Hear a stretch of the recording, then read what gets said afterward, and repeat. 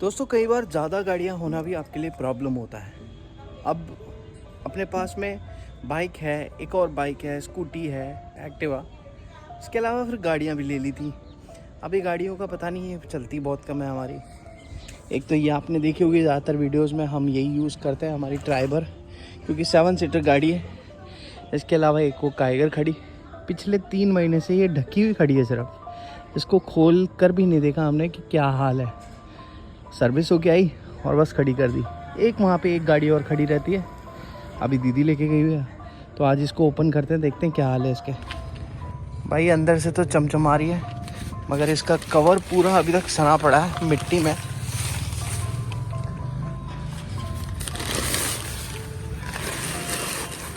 ये हम लास्ट कब लेकर गए थे मुझे तो ये भी याद नहीं है। लास्ट शायद हम इससे गुजरात ट्रिप पे गए थे, तब हम ये वाली गाड़ी लेकर गए थे। ओ भाई तगड़ी मिट्टी हो रखी है इसमें। तो मैंने कहा आज चेक कर लें इसको हटा के।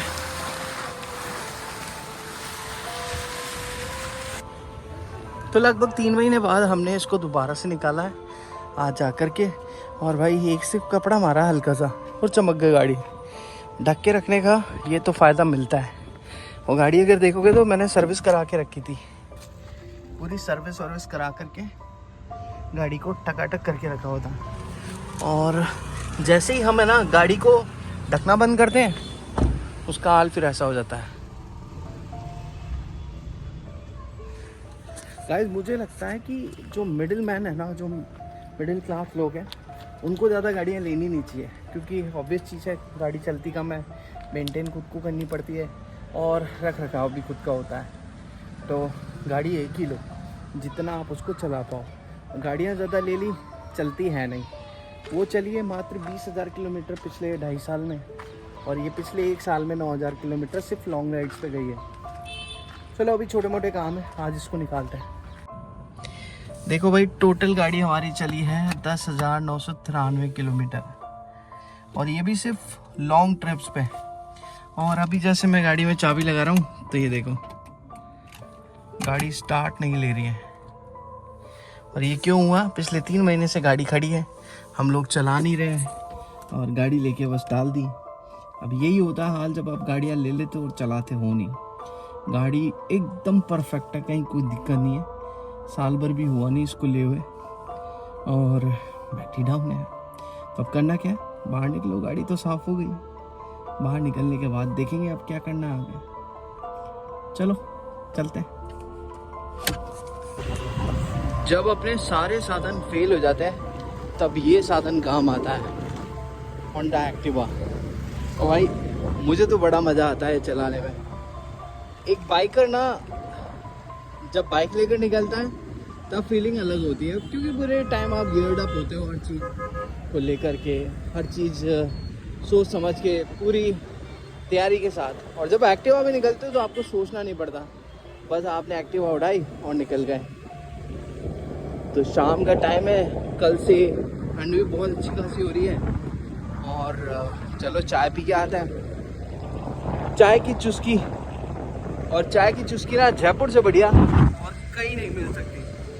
तो दोस्तों बहुत टाइम से हमारा एक फ्लैट था जो कि यूज़ नहीं आ रहा था, और लगभग 4-5 सालों से वो बंद पड़ा था। 2022 के बाद में हम कभी उस फ्लैट पे गए ही नहीं, और उसकी हालत हो गई बद से बदतर।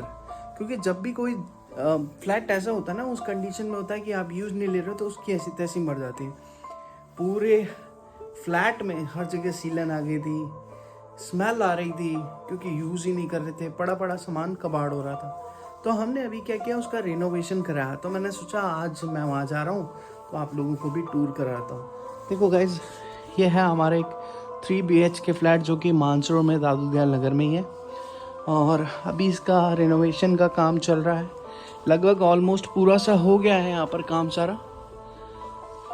ये WPC पैनलिंग करवाई है हमने इसमें पूरे में, और पैनलिंग करवाने के बाद में भाई पूरा लुक चेंज हो गया है घर का। अगर मैं ये यहाँ की बात करूँ तो ये कुश्ते के साथ ही ये एंट्रेंस गेट है। इस एंट्रेंस गेट से आते ही ये पहला हॉल पड़ता है, और देन फिर एक बेडरूम हमारा यहाँ पे है, इसमें भी पूरे में WPC की पैनलिंग हुई है और पूरा लाइट का काम हुआ है, सारा सब कुछ है।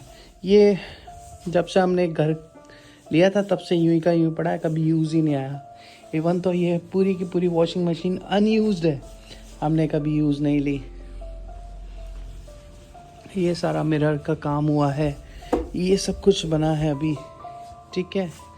इसके अलावा एक बेडरूम हमारा ये है, मतलब चाहे सीलिंग हो चाहे वॉल हो, हमने ये ना ये हिस्सा इतना बेकार हो गया था कि मैं क्या बताऊं। कुश्ते के साथ इतनी गंदी सीलिंग, कुश्ते के साथ इतनी गंदी सीलन थी यहाँ पर, और इसने ना पूरा इंटीरियर का काम करवा के पूरा लुक चेंज हो गया। लुक गाइस, अब ये कुछ इस तरह से दिखता है। यहाँ किचन का काम अभी भी चल रहा है, ये देखिए, ये किचन का काम चालू है, लाइट वगैरह का, चिमनी वगैरह का रिनोवेशन का काम चालू है। ये वॉल पूरी तैयार हो गई है हमारी,